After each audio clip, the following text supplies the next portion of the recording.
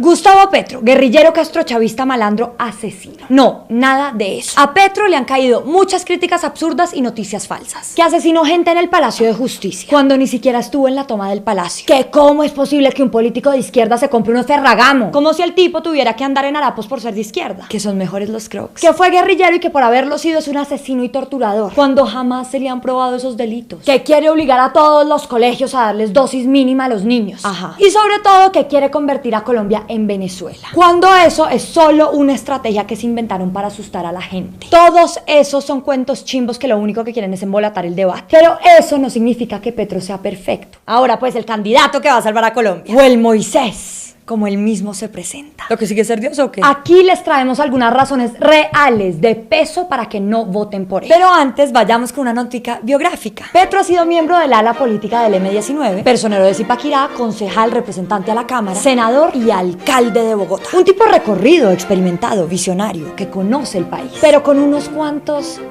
defectos. Comencemos con su personalidad. Petro no suele sonreír, es buen bailarín y habla de sí mismo en tercera persona. Además, tiene fama de orgulloso, egocéntrico, soberbio de inflar sus éxitos. Y no solo es fama, es verdad. En su época en la alcaldía de Bogotá nos quedó claro en varias ocasiones. Cuando cambió el modelo de aseo en Bogotá, que produjo una crisis ambiental que duró 3 días, uno de los que quedó en la mira fue el gerente del acueducto, Diego Bravo. Bravo quiso renunciar, pero Petro se negó a aceptar su renuncia. El problema es que Bravo la había embarrado, eso está claro. El proceso estuvo lleno de improvisación, de salidas en falso, estuvo mal planeado. La embarró bien feo. Y aún así, Petro prefirió respaldarlo solo por no darles el gusto a sus opositores en el consejo. ¿Qué le importaba más al alcalde Petro? ¿Los ciudadanos o su capital político? En otra ocasión, el procurador Ordóñez inhabilitó a Guillermo Asprilla, su secretario de gobierno, porque resulta que Guillermo Asprilla era empleado del distrito y al mismo tiempo abogado en una demanda contra el distrito. Eso iba contra la ley. Pero Petro dijo que se trataba de una persecución. Entendemos que Ordóñez le tuviera tirria a Petro y se la montara por lo que fuera. Pero lo de Asprilla estaba probado y estuvo mal hecho. Tiempo después, Asprilla murió por una enfermedad y Petro insistió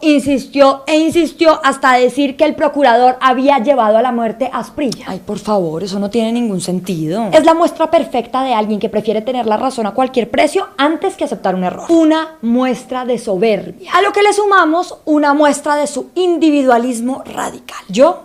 Eso quedó claro cuando su entonces secretaria de Movilidad, Ana Luisa Flechas, renunció a su puesto. Mientras Flechas tomaba unas medidas, Petro por su lado proponía otras y las anunciaba sin avisarle nada. En la mañana Flechas hablaba y en la tarde Petro decía lo contrario. Lo mismo pasó cuando decidió que el acueducto iba a prestar el servicio de aseo. Como director de la Junta del Acueducto, Petro tomó la decisión así, de un plumazo, cuando esa función le corresponde al consejo, cuando no era su tarea. ¿No les parece muy peligroso que una persona que prefiere escucharse a sí misma por encima de todo quiera ser el presidente? ¿Que va tomando decisiones sin consultarle a los que están a cargo y son los que saben? Es un signo de grandeza y de humildad reconocer que uno no sabe absolutamente de todo. Pero Petro se cree capacitado para saberlo todo y hasta más. Y él prefiere quedarse solo con su verdad y punto. De hecho, decenas de sus colaboradores y amigos se fueron de su alcaldía. Es normal que un funcionario cambie su equipo, les pida renuncias protocolarias, etc. No es normal, en cambio, que la mayoría salga en circunstancias que nunca fueron aclaradas y en ocasiones acusándolo. Por ejemplo, Daniel García Peña, que era uno de sus amigos más cercanos, renunció a la alcaldía y le escribió una carta a Petro en la que decía: un déspota de izquierda, por ser de izquierda, no deja de ser déspota. La política del amor no es solo una bella frase, sino un profundo replanteamiento de la política. En otra ocasión, el gerente del Fondo de Vigilancia y Seguridad, Fernando Arbeláez, lo llamó déspota después de un enfrentamiento por un contrato con la ETB. Déspota. Y dijo en radio: es una verdad, pues ya son varios los amigos que decimos que ese es un rasgo de su personalidad. La esposa de García Peña, María Valencia, que era secretaria de Hábitat, también dijo que Petro estaba teniendo algunas actitudes que nos estaban empezando a sorprender. Y Navarro Wolf, quien fue amigo íntimo de Petro en el M19, lo llamó un llanero solitario. Háganse sus propias conclusiones. Entonces vean que a su necesidad de decidir en todo sin consultar a la gente que sabe, se le suma entonces la incapacidad para mantener un equipo. Valiente líder. Además de eso, Petro tiene la maña de engrandecer sus logros a costa de lo que sea. Vamos a mostrarles un ejemplo: los colegios. Hace poco Petro dijo que en su alcaldía se habían completado 48 colegios nuevos. Uno pensaría de inmediato, son construcciones nuevas en lotes nuevos. Porque si su propósito era crear más cupos y que más gente tuviera educación, pues tiene que haber nuevos espacios. Pero la realidad es bien distinta. Cuando Petro hizo campaña para ser alcalde por allá en 2011, dijo que iba a construir 100 colegios nuevos. Luego, cuando ya fue alcalde, bajó la cifra a 86 y le cambió los términos. Dijo que iban a ser 30 completamente nuevos y 56 que iba a reconstruir, lo que no necesariamente crea cupos nuevos. Y además se comprometió a terminar 39 que habían quedado a medio hacer en las alcaldías anteriores. ¿Y qué pasó luego? Que de los 56 que iba a reconstruir, reconstruyó solo 5. De los 39 que habían quedado a medias, terminó 8. Y de los 30 que dijo que iban a hacer 9 citicos, hizo 7. Y esos 7 resultaron no siendo nuevos, sino que eran casas que servían como colegios pero estaban inactivas. Y lotes donde faltando 6 meses para que se acabara su alcaldía no se había construido nada. Lo cual nos da una cifra real de 0. 0 colegios nuevos. Y entonces, ¿por qué Petro dice que hay 48? Sí. Porque el distrito le metió mano a 48 colegios. Pero meterles mano no es igual a hacerlos de cero. O restauró colegios que ya estaban viejos, o los compró cuando ya funcionaban, o terminó los de la alcaldía anterior. Y de hecho le quedaron 23 por intervenir. Una cosa es reparar un colegio y otra bien distinta es construir uno totalmente nuevo para crear nuevos cupos. Deformar las cifras a conveniencia. Eso no es tan politiquero como lo que hacen sus enemigos políticos. Y esa misma necesidad de exagerar e incluso manipular las cifras ya ha pasado en otras ocasiones. Por ejemplo, cuando dijo que su alcaldía había cumplido el 80% de las metas y en realidad fue el 57%. Cuando dijo que redujo los hurtos en 19% cuando en realidad los redujo en 6%. Cuando dijo que en su periodo no murió un solo niño por hambre y en realidad murieron 9. ¿Qué tenemos hasta ahora? Un candidato que toma decisiones solo, que es terco, que se salta los procedimientos, que demuele a sus equipos de trabajo y que cuando tiene éxito suele exagerarlo. Bueno, pero supongamos que es solo un problema de personalidad, algo manejable. De vez en cuando un poquitico de orgullo no cae mal, un poquitico de picante. Sí, de pronto la soberbia bien manejada da buen resultado. Ser perfeccionista en un país tan desastroso mejoraría las cosas, de pronto. Ok, pero es que hay otra cosita que no nos suena de Petro. El hecho de que suele hacer alianzas dudosas. Se alió con el hermano de Guillo Ángel, un reconocido narcotraficante y una de las cabezas del MAS, para nombrar a Fernando Álvarez como miembro de la junta directiva de la Comisión Nacional de Televisión. Y Fernando Álvarez es reconocido por ser fan de Pablo Escobar y recibir plata de los Rodríguez Orejuela. ¡Qué buena compañía, doctor Petro! Además de eso, eligió a Alejandro Ordóñez como procurador, sabiendo que era un tipo de ultraderecha. Petro dice que lo hizo porque Ordóñez le parecía un tipo que defendía a las minorías. Curiosamente, Ordóñez, que tenía la costumbre de repartir cargos burocráticos, puso de procurador delegado ante el Consejo de Estado a Diego Bravo, uno de los alfiles de Petro. Y esa es otra de sus alianzas dudosas, Diego Bravo. Antes de llegar a la Procuraduría, Bravo quiso ser personero, pero no lo dejaron porque le abrieron una investigación por irregularidades en una licitación. La Procuraduría terminó sancionándolo con una multa. Y aún con todo eso encima, el tipo terminó metido en la mismísima Procuraduría. Petro lo defendió y terminó nombrándolo en su alcaldía como gerente del acueducto.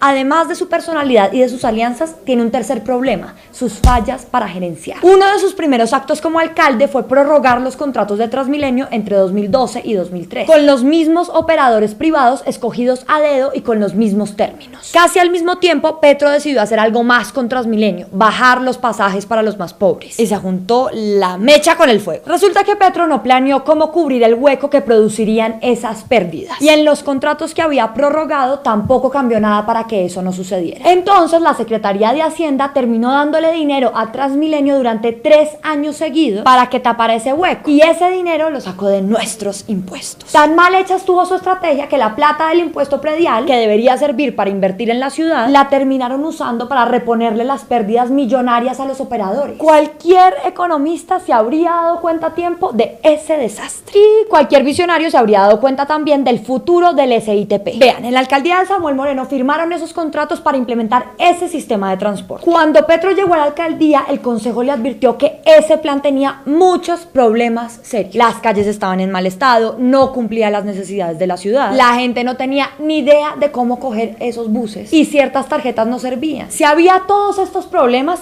Petro tenía la potestad de aplazar la implementación para que no hubiera un caos, pero lo puso en marcha de afán. ¿Y qué pasó? En sus 3 años como alcalde, el sistema no se terminó de implementar. Los SITP provisionales, que son unos buses viejos con el letrero del SITP, siguieron rodando fresquitos sin que los cambiaran, y los ciudadanos aprendieron a las patadas a coger los buses. Parece que el propósito de Petro no era meterle mano a la movilidad de la ciudad, porque no construyó un solo kilómetro del metro, aunque prometió construir 5. Dijo que haría la troncal por la avenida Boyacá, y tampoco. Que iba a levantar 10 puentes vehiculares y solo cumplió con el 0.6 de esa meta. Y que iba a reparar el 100% de las ciclorrutas y apenas reparó el 8%. ¿Quién con esas cifras se haría llamar un gran gerente? ¿Preparados para más? Veamos lo que le pasó al Fondo de Seguridad y Vigilancia. Este fondo estaba encargado de invertir en la seguridad del distrito y era sobre todo y ante todo un nido de corrupción desde antes de la alcaldía de Petro. Pero cuando llegó Petro, se terminó de pudrir. En los 4 años de su alcaldía tuvo 7 gerentes. Muchos salieron o porque no estaban preparados para el cargo o porque tenían acusaciones por corrupción. Y aunque Petro radicó un proyecto para crear la Secretaría de Seguridad que le quitara las funciones al fondo y acabara con su corrupción, lo cierto es que bajo su alcaldía se siguieron haciendo negocios dudosos. Y al final, la secretaría quedó en veremos. Y el fondo tuvo un embrollo más. Su sexto gerente, Fernando Arbeláez, se negó a meterle una plata adicional a un contrato de la línea 123 que estaba a cargo de la ETB. En principio, la ETB iba a recibir 15.000 millones de pesos para modernizar la línea 123. Y Petro, según Arbeláez, le ordenó que autorizara 12.500 millones de más. Según 2 funcionarios y un informe de la Contraloría, Petro no dejó claro para qué necesitaba esa plata. La estrategia de todo gerente responsable. Y por último, pero no menos importante, las basuras. En octubre de 2012, Petro se sacó una idea de la manga, que no había incluido ni en su campaña ni en su plan de desarrollo: quitarles el negocio de las basuras a los privados. Petro decía que esos contratos los beneficiaban excesivamente y dejaban viendo un chispero a la ciudadanía. Entonces, había que equilibrar las cargas. Loable pero inútil porque Petro lo hizo pésimo. En diciembre de 2013, los privados salieron del negocio y le dieron esa responsabilidad al acueducto y a Aguas de Bogotá. Por 3 días hubo una crisis en Bogotá, basura regada por todas las calles. Desde entonces, Petro tomó decisión errada tras decisión errada.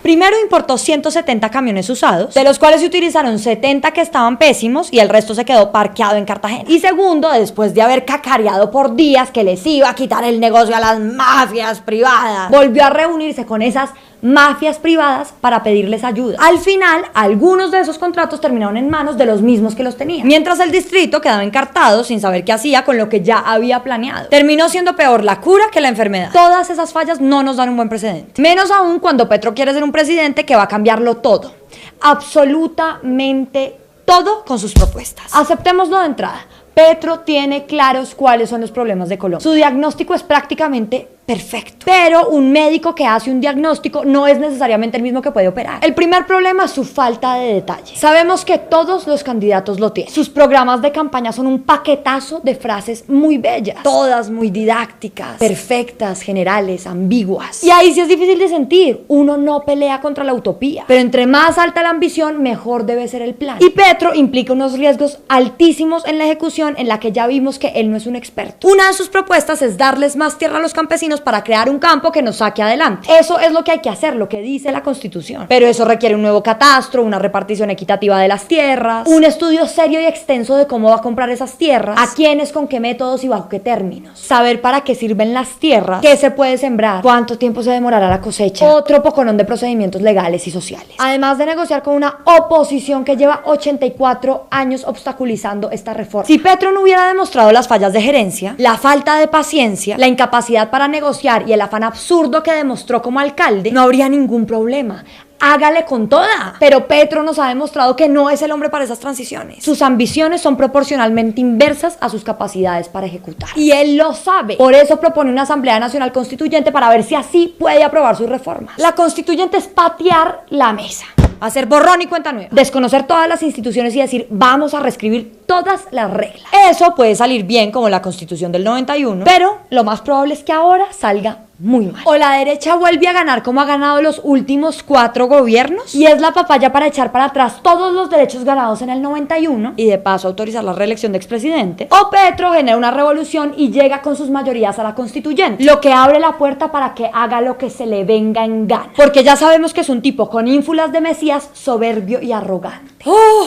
Hay más, amigos de la Colombia humana, hay más. A Petro le falta criterio y eso lo demuestra con el tema de Venezuela. Ha tratado de distanciarse del chavismo y de Maduro tanto como ha podido. Y no les vamos a decir que Petro es un castrochavista que va a expropiar, que va a cerrar medios y todo eso. Eso se llama especulación. Ni tampoco vamos a juzgar a Petro porque hay algunos aspectos de la política de Chávez que lo atraen. Tiene derecho a mirar qué sirvió y qué no sirvió de ese modelo. Pero sí resulta inaudito que un tipo que se jacta de su capacidad para la crítica no haya tenido la valentía para decir a tiempo que en Venezuela hay una dictadura y un dictador que están llevando a la gente a la muerte y al exilio. En general, cuando Petro habla de Venezuela, tiene la maña de desviar el tema. Que si critican al gobierno venezolano, que por qué no critican a Vargas Lleras. Que si critican al parlamento venezolano, que por qué no critican al colombiano. Que por qué se ocupan de Venezuela si aquí nos están robando Ecopetrol. Y cuando al fin medio responde, termina diciendo que se trata de una restricción a la democracia. Esa ha sido su estrategia. Buscarle la comba al palo. Tan diplomático. Pero no le pesó utilizar el término dictadura o dictador para señalar lo que estaba pasando en Honduras, Argentina, Brasil, España, Yemen, Chile, Perú y Colombia. ¿Por qué se le suelta la lengua para decir que estos países tienen dictadura y Venezuela no? No, Venezuela no. Cuando al fin, después de mucho preguntarle y después de mucho tiempo de que fuera evidente que Maduro se había atrincherado al poder, aceptó que Maduro es un dictador, lo hizo de manera suavecita, sin fuerza, sin protestar. No sé, como quien apenas describe un paisaje. Fue más enérgico al decir que la oposición venezolana era peor que Maduro, el congresista que reventaba los parlantes en el Congreso denunciando a los políticos que se habían aliado con paramilitares, que denunció sin que le temblara la voz a las familias más poderosas de este país y que se enfrentó a un tipo con tantos tentáculos como Álvaro Uribe, terminó lanzándole un regañito de bajo voltaje a uno de los políticos más mediocres e insensibles de América Latina. Callarse frente a las violaciones de derechos humanos es hacerle pistola a la gente que sufre, solo por no querer contradecir a un proyecto político que admira. Es un acto de soberbia, de cobardía y de frialdad. Entonces repasemos. Ni su personalidad ególatra, ni su capacidad para dinamitar equipos de trabajo, ni sus alianzas dudosas, ni su administración a medias, ni su condescendencia con Maduro hacen que Petro sea nuestra mejor opción. Nada que ver con la política del amor.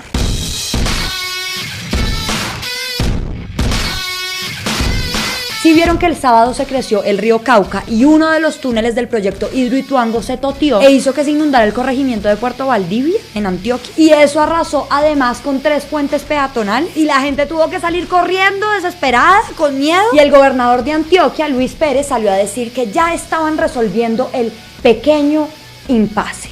Sí, pequeño impasse. Doctor, pequeño impasse es que a uno le salga un grano en la nariz el día del matrimonio. No sé. Pequeño impasse. Pequeño impasse es que uno llegue media hora tarde al almuerzo que planearon los papás por el Día de la Madre. Pequeño impasse. Pequeño impasse es, no sé, que a uno se le desamarre el cordón del zapato y se raspe la rodilla. Pequeño impasse. Pero que a uno se le meta el maldito río Cauca dentro de la casa, eso no es un pequeño impasse. Gracias.